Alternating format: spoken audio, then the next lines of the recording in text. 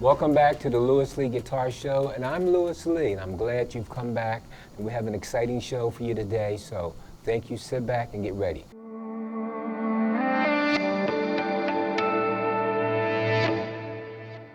Now, we're going to be working on page 56, the finger exercise, and then next we're going to do the theory and the fun.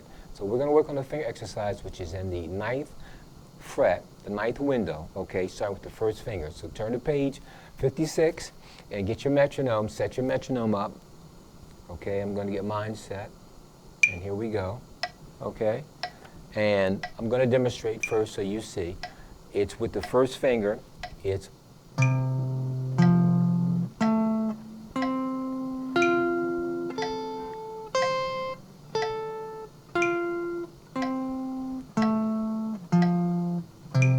okay, so I just wanted to demonstrate that, okay? So now I'm going to count it off, and we're going to do it together for about 3 or 4 minutes. Here we go. Are you ready? 1, 2, 3, 4.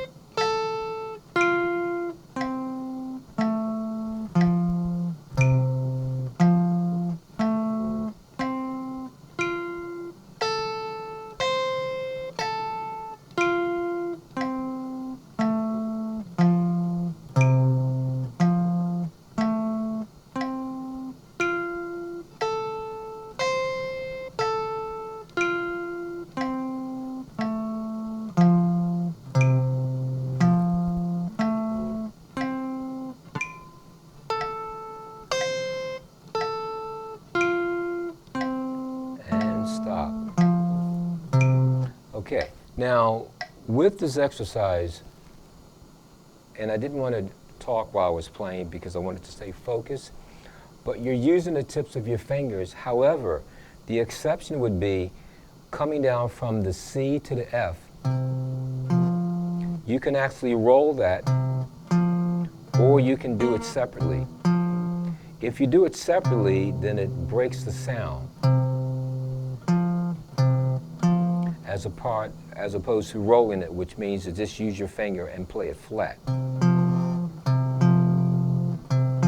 Because we're playing quarter notes. So the minute I break the sound and I want you to hear it,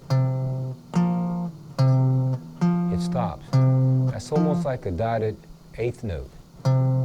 Here's a quarter note. And I'm rolling it on these three strings as well, which is the C, the F, and the A.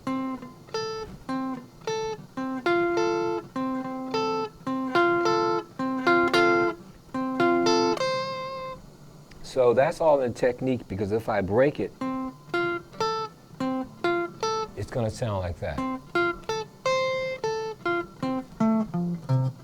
So this is what it sounds like if I do it separately and break each one and not roll it.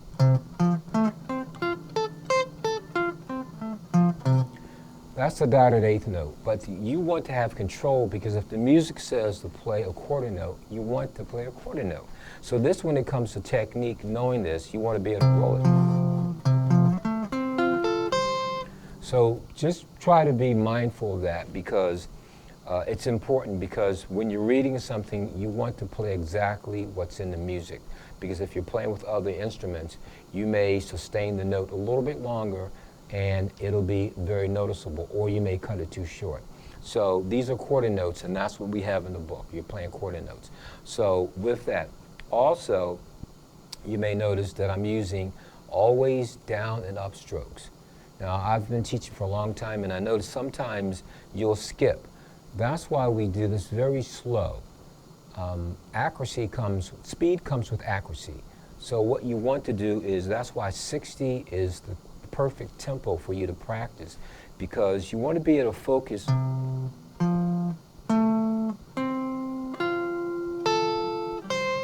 just how to play that note carefully. You see, the more you play, then you can play it faster, you see, and you'll work with that, because you can, when practicing for speed, that's why the metronome is so important, you just increase the speed. And sometimes you may have a difficulty, so you don't try to go too fast. You go in certain increments. So if you go 60, you go to 65, then you may go to 70, then a 75, and so on and so forth. But 60 is the best tempo to practice at any exercise, especially if you're a beginner. You want to practice so you can get the gist of it. Also, what I was doing is, this time I was focused on the exercise itself, because you do not want an exercise to sound like an exercise. You want an exercise to sound musical. So you want to be very mindful of that. It's not arbitrary where you're just doing, I'm just going through these motions, I'm not thinking, what did I do? Did I finish my work? No, you want to concentrate on each and every note. And I'll keep saying that each lesson, because that's very important. Because then when you start to solo, your solo sounds great, because each note means something. It's not where you're playing a bunch of notes. Okay, each note means something. So you want to really take your time and think about what you're doing. Remember the metronome, technique, in reading. Take your time. Just that one note.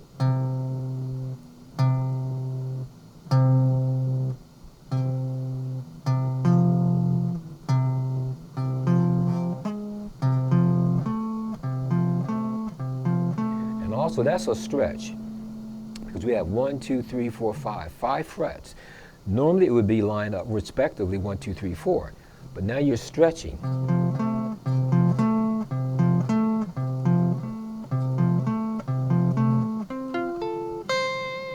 So that could be a solo.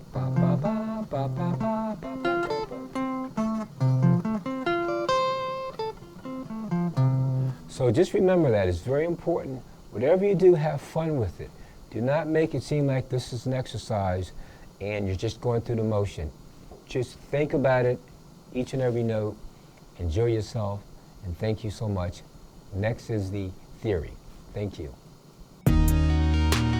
Guitar Lessons with Lewis Lee is brought to you by the Eubanks Conservatory of Music and Arts, a 501c3 nonprofit corporation whose mission is to help parents teach cultural arts to their children at no cost, and to encourage positive growth development, helping to reduce negative aspects of society in the lives of our youth. Okay, this is the theory, and we're going to delve into the sight reading, which is very important.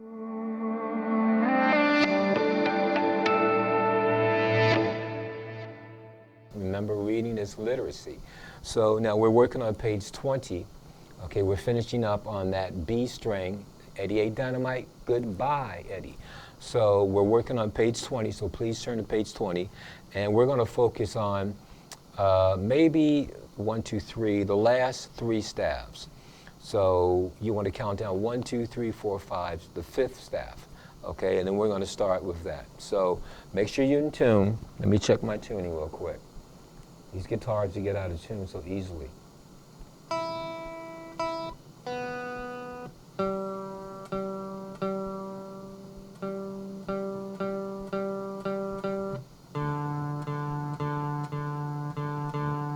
Especially the thinner gauge. When you're dealing with a lighter gauge, is a better word for it.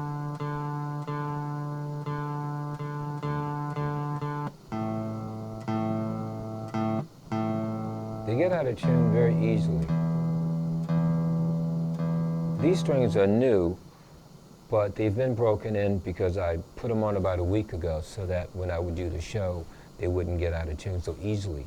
When you first buy strings, they get out of tune very quick because they're just stretching. So after you've stretched them and you've played for about 3 or 4 days, then they kind of settle down and they don't get out of tune so easily. You don't want to keep your strings on your guitar too long. I would suggest if you're playing a lot and you're practicing, 2 or 3 months is the norm. Okay, then you change your strings because each time you change your strings, the sound is just incredible because they're brand new, it holds intonation, it's just great. And your ear gets used to it.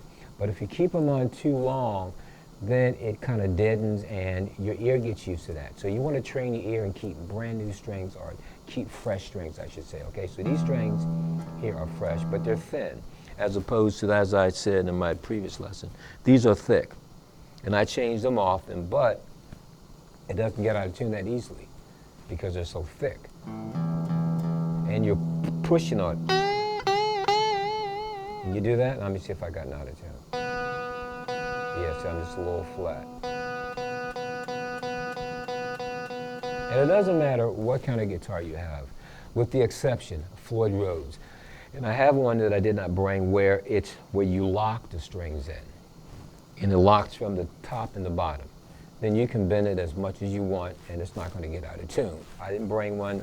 I will in the next previous 3 or 4 lessons. I'll have one with me. I just thought about that. But this right here, it's an awesome guitar. It's got really good tuners on it, but it's, no matter how awesome it is, it still gets out of tune. Okay, having said that, let's delve into the reading right now. Let's have some fun doing some reading. So we're going to start on the 5th staff, and the first note is your D note. 2, 3, 4. 1, 2, 3, 4. 1, 2, 3, 4. 1, 2, 3, 4. 1, 2. Rest, rest. 1, 2. Rest, rest. 1, 2, 3. Rest. 1, 2, 3, 4. 1, 2, 3, 4. 1, 2, 3, 4. 1, 2, 3, 4. 1, 2, 3, 4. 1, 2, 3, 4. 1, 2, 3, 4. 1, rest. 3, 4. 1, 2, 3, 4. 1, 2, 3, 4. Rest, rest, rest, rest. 1, 2, 3, 4. 1, 2, 3, 4. Rest. Okay. Now this is something that you want to practice, and if you notice, let's look at measure 5, measure 6. Okay, we have the whole note, which is in the first measure. Then we go to that G, to the F, to the E. okay? And that's pretty natural. So let's go down to the seventh. On the seventh measure, we have that G. Then we have a rest. The rest means silence, nothing. So you cannot let that G ring. 1, 2, no. It has to be 1, 2, 3, 4. That's very important. And I see a lot of times musicians, they see these rests, but they don't know that the sound is still sounding. That note is still sounding, I should say. And you want to make sure you stop it because that's what a rest is for. 1, 2, 3, 4. 1, 2, 3, 4. Now let's look at 1, 2, 3, 4, 5. The fourth measure. On the fourth measure, we have a whole rest. Now I remember when I was in college and we were discussing rest and the nomenclature of the rest. And I asked the teacher, why did they make the whole rest upside down when they should have made the whole rest like a hat and then the half rest upside down? I've always asked these questions that I thought were very interesting and would be complex and difficult to get an answer, and that's what the teacher said. I remember Dr. Mason said he didn't have an answer for that. He didn't know why the rest were that way, and I don't know. Sometimes students do ask that question. But to me, that's an indication to know which rest it is, because sometimes students, they misunderstand and misinterpret these rests. If you see it where it's upside down, that's a whole rest. If it's right side up, where it looks like a hat, that's a half a rest, which logically, as I stated, I would have done it just the other way around. But I didn't write this music. I didn't do the nomenclature and all of this. So with the names, this is the half rest. So you want to know that. But let's look at that previous measure where you have that E, because that E is ringing. So let's play that measure there. 1, 2, 3, 4. 1, 2, 3, 4. Then you have to stop it. And you stop it with your finger, because if not, that E is open. It's not as if you're playing an F, and once you take your finger off, it's going to stop by itself.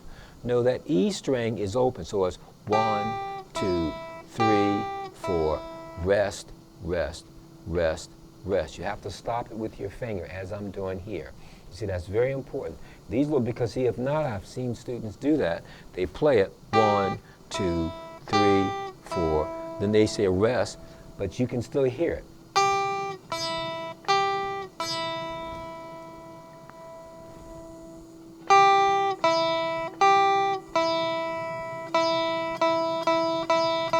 Now, we're going to end it very soon. I'm about to run out of time. However, I just noticed something. I hear it. This guitar is an adjustable bridge, and that's what you're hearing. It's vibrating. You don't hear it here, so this string needs to be raised a little bit. You don't hear these strings, so it's individual, but I just want to explain that because you're listening and you can hear it, and we're here to learn and I'm here to teach. So if you hear this, it sounds like a sitar. That means it's vibrating in this area here, and I just need to raise it slightly. I will not do it now, but you want to know all of this. That means something is wrong. You don't hear it now, but you hear it here.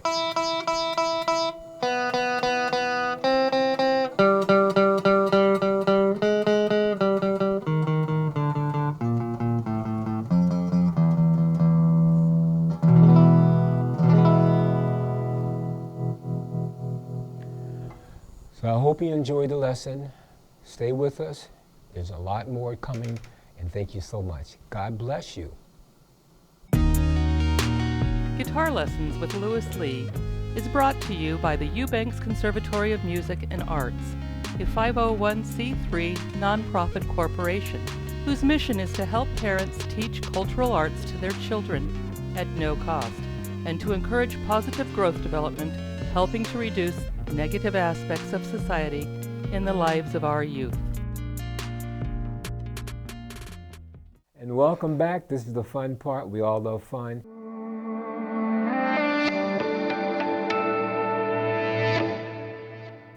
This is the most exciting part. So I switched guitars. I'm not using my Les Paul. I'm using my Telecaster guitar. And so it's just that I just want to change up a little bit. So we're going to work on the music Light My Fire. So as I stated at the end of the program, just let us know. You can go on the line on our webpage. It's the-ecma.com. Once again, it's the-ecma.com, and we'll upload or show you how to get the music.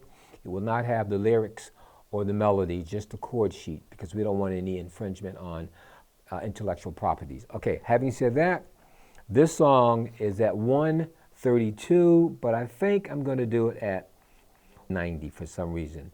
That sounds a little more comfortable to me. I like this a little better. So we're going to start this song, and you can play the tablature song, chords rather. I'm going to just play bar chords.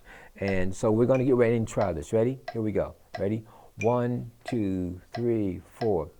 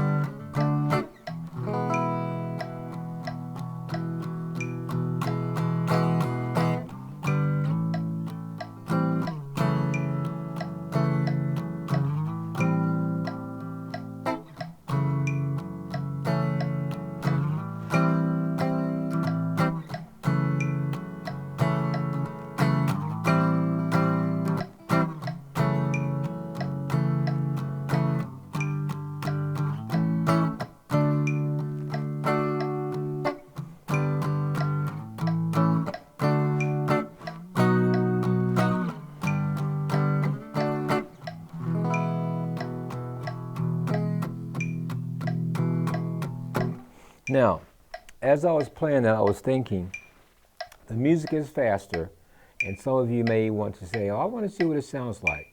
So, just for the sake of seeing what it sounds like, let's play it at the original tempo. Ready? Here we go. Ready? 1, 2, 3, 4.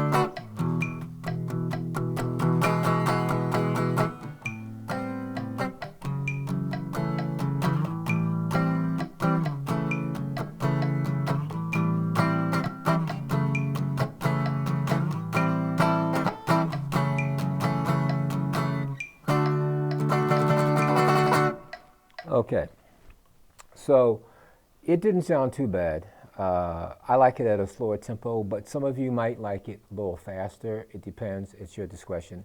So you have those options. So work on it. And something else I like to talk about, the beginning of a song and the ending of a song is very important. So you want to know that.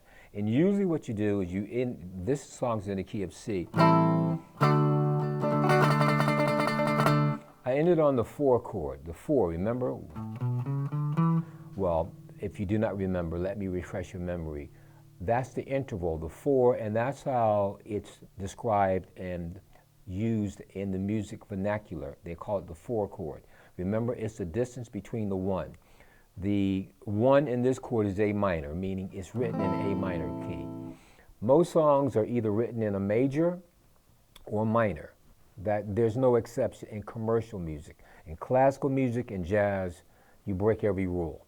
But in commercial music, either a song is written in a major key or minor key. This is in the relative minor, which is the Aeolian, that Greek scale, the Aeolian, which is relative to C major.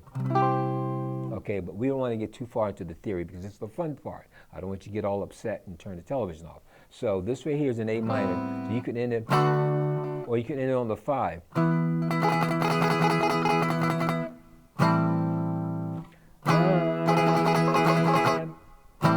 Okay, you have an option, but you want to have an ending because that's the best way people remember it. You just don't want to fade it out and it just drop out. No, so again, just to refresh your memory before we run out of time, we're going to try it one more time. We're just going to play the 2 chords and then we're going to end it. 2, 3, 4.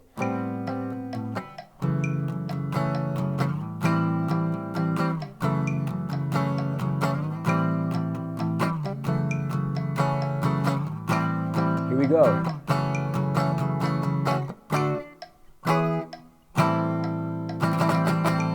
And that time I did something different. And it's all improvisational. I'm flowing with it. I didn't end on, I went, I got a little fancy, okay? And that's where it is. I was in the moment. The first time I did it here on the 4 chord. Then I switched.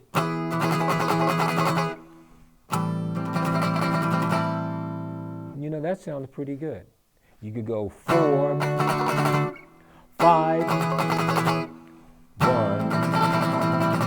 You can use that. 4, 5.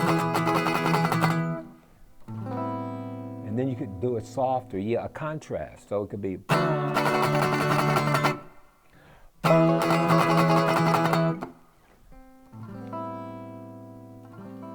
Try that. But the ending is very important. Okay, the beginning of a song and the ending of a song, because that's what people remember. Okay, remember, you want to have fun, stay focused, keep coming back because we have a lot of good information and songs for you and you're going to love it. It's very inspiring. Keep God first, and I see you next time. If you would like to purchase a copy of the Eubanks Guitar Pedagogy Course Instruction Book used by Louis Lee in this video, just contact us at louis-lee@the-ecma.com or mail a request to Post Office Box 1175, Hawthorne, California, 90251, or call 424-350-7027. And remember, all donations are fully tax deductible.